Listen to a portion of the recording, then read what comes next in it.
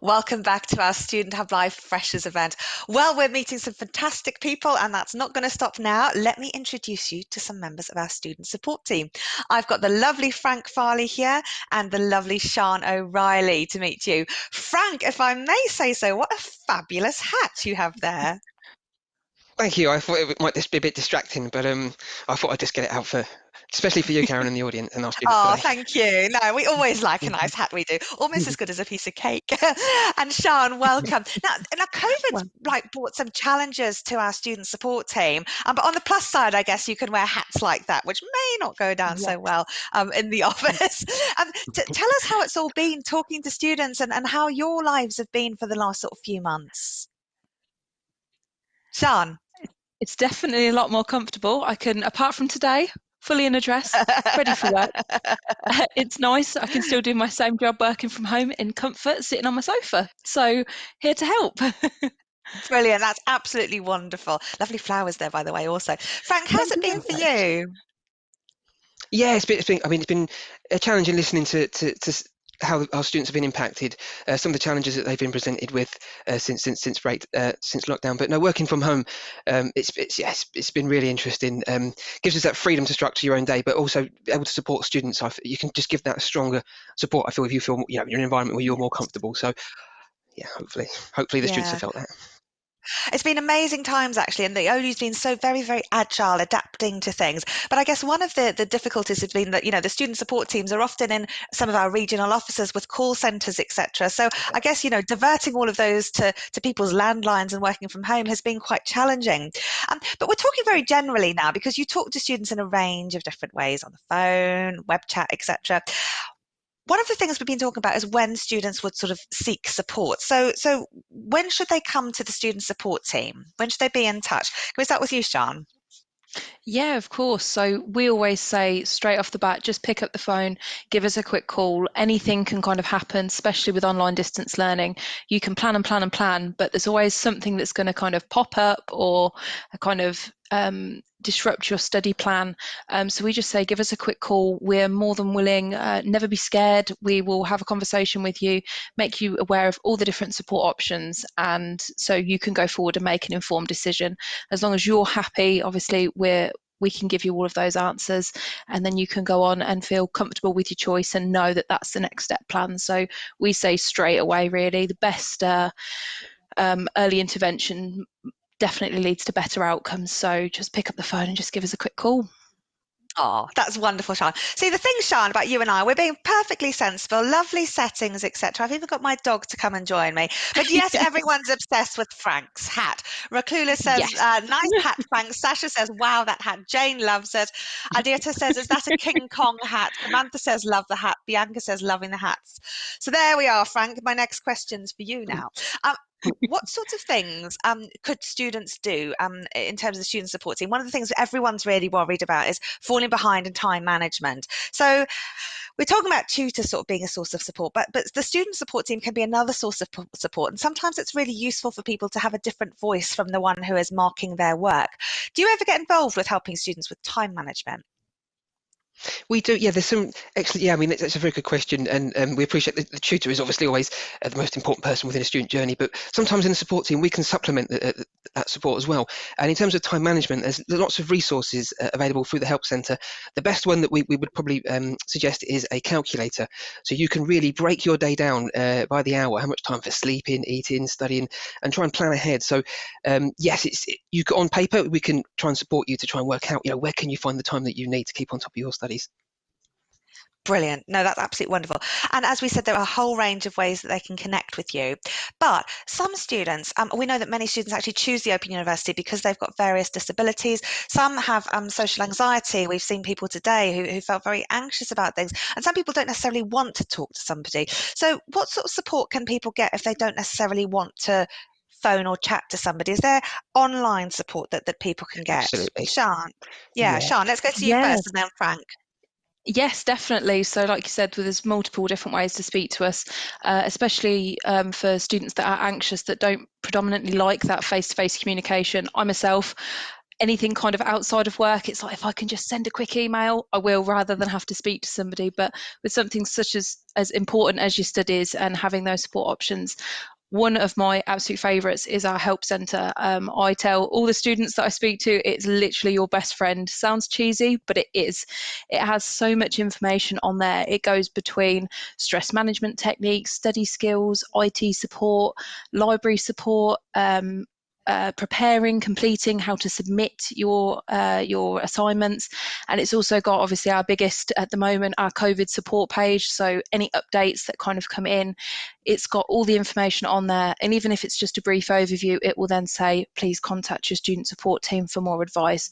We use it in the office, we use it working from home, and we can recommend little thumbs up pages for you as well, just so you can get direct access. And there's so much information on there that 9 times out of 10, if you was to call us, we'd say, have you checked your help centre? Have you had a quick look? Because it's on there. So if you do find that actually you're not one for face-to-face and you kind of prefer to be able to find those answers first, and if you can't, then contact us, have a look on your help centre. Brilliant. That's wonderful, Sean. HJ, have we got some questions for Frank? Yes, we have, but a lot of people do like Frank's hat, so I thought I noticed that. Raluca and Nicole think it's absolutely amazing, and Sashin does reckon there's a story behind your background, so maybe we can find out about that one day. But, Samantha says, there is some people on my module quite far ahead of me, and I've only just begun week 1. Should I be worried? That's a really good question. I've seen this on social media. Frank, what's your opinion on all of this? I would always say, if you're worried about your progress, probably speak with your tutor just to make sure that you're on track and where you need to be. But certainly do not be worried. Sometimes that pressure we can put on ourselves can sometimes be a bit of a distraction. But no, you need to study at your pace and that's right for you. So maybe speak with your tutor, maybe speak to the support team if it's a time management issue. But certainly just focus on those areas that you need to that week. So hopefully don't allow yourself to be too pressured or by other students' progress. It's your progress that's important, and your tutor can make sure you're on the right track. I've always found that the students who are sort of as up to speed on the timetable as possible often produce the best work, sometimes because it just takes time to mull things over to learn the material.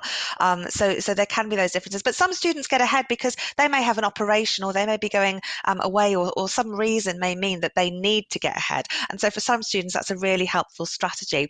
HJ, there are more questions though.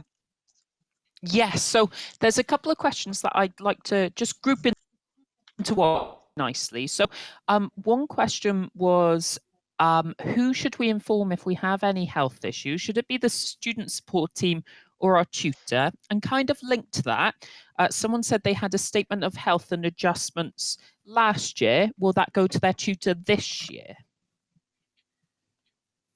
Or who'd like to answer those?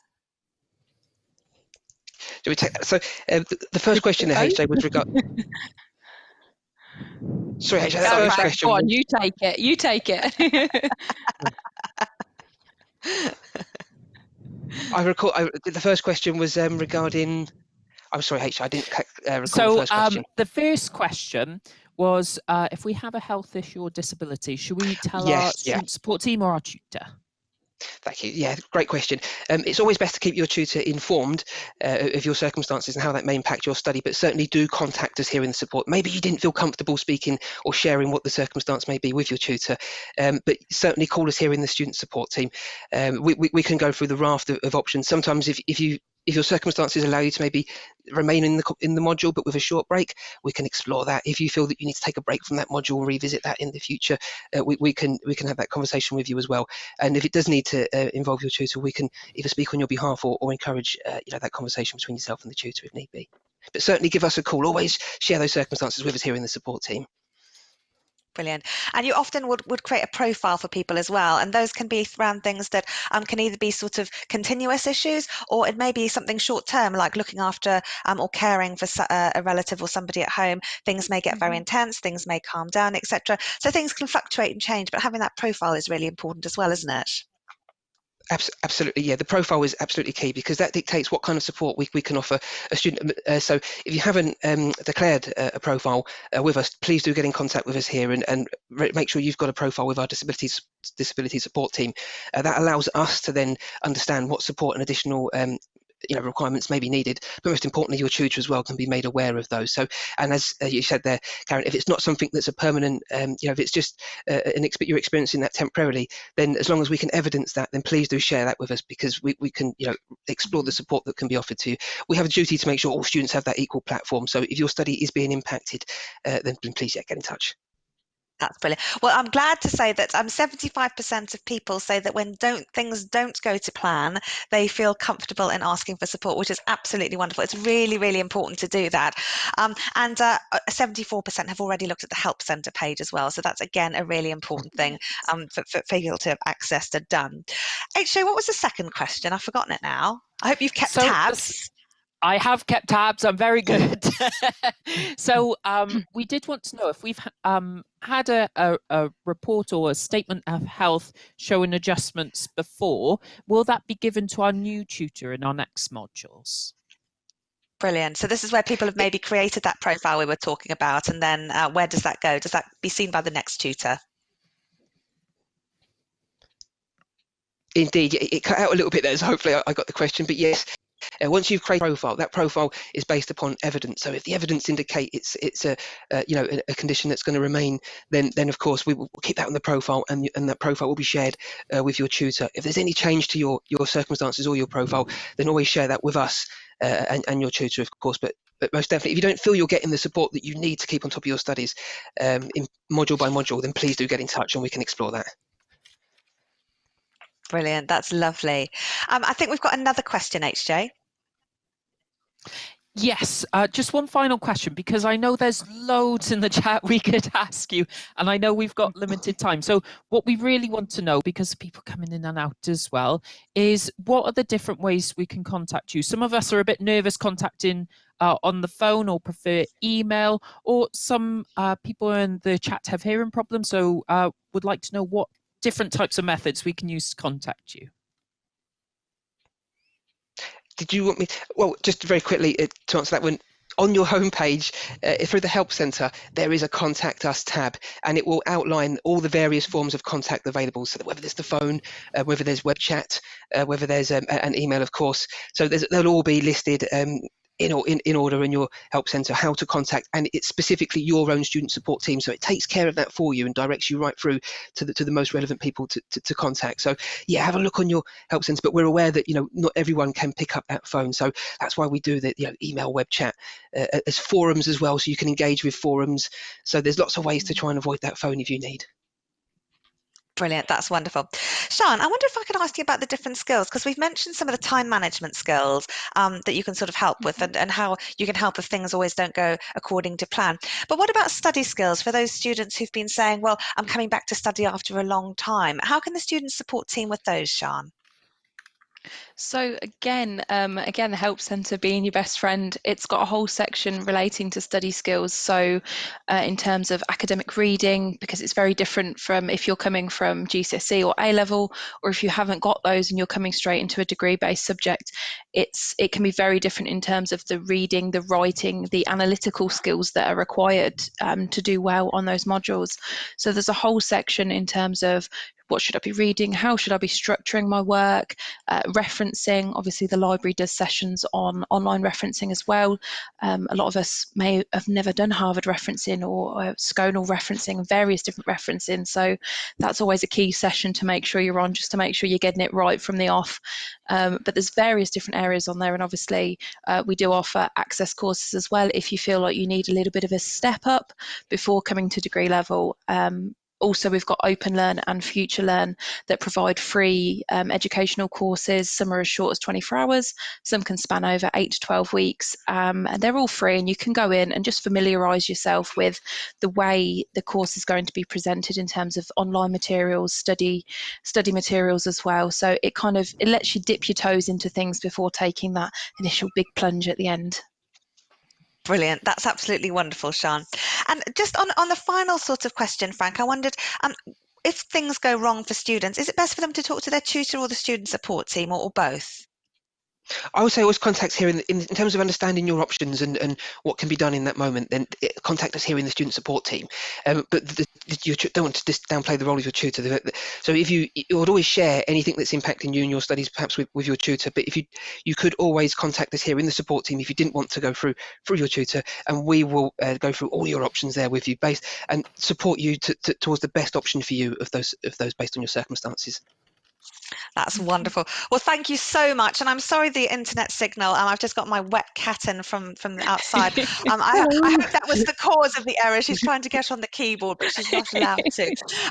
So I'm sorry if the signal's been fine. It should be all right now. The culprit's well and truly reprehended, very wet. But we'll be back for our next session. Oh, thank you so much, Frank and Shana, as well. You've been absolutely wonderful. The student support team are really great. They're really, really good to talk to. So much more than just sorting out problems, but they know all of the stuff that's on the OU Help Centre, where to look for it. So, for example, somebody mentioned before that in terms of time management, one technique wasn't working so well. They may be able to suggest others to you. So do make the most of them. They're frightfully busy right now, but they are always available. And if you can't get through, do drop an email or they'll get back to you at a time that is going to work. So think about when you're using the student support team throughout your module, and do make sure that you're getting the most out of that excellent service. So we're going to have a short video break now. We're going to do another of our campus tours. I hear that these are going down very well, so we'll give you a few more of them. And then I'm back in our next session to talk about your Open University Students Association. So join me for that very soon. See you then.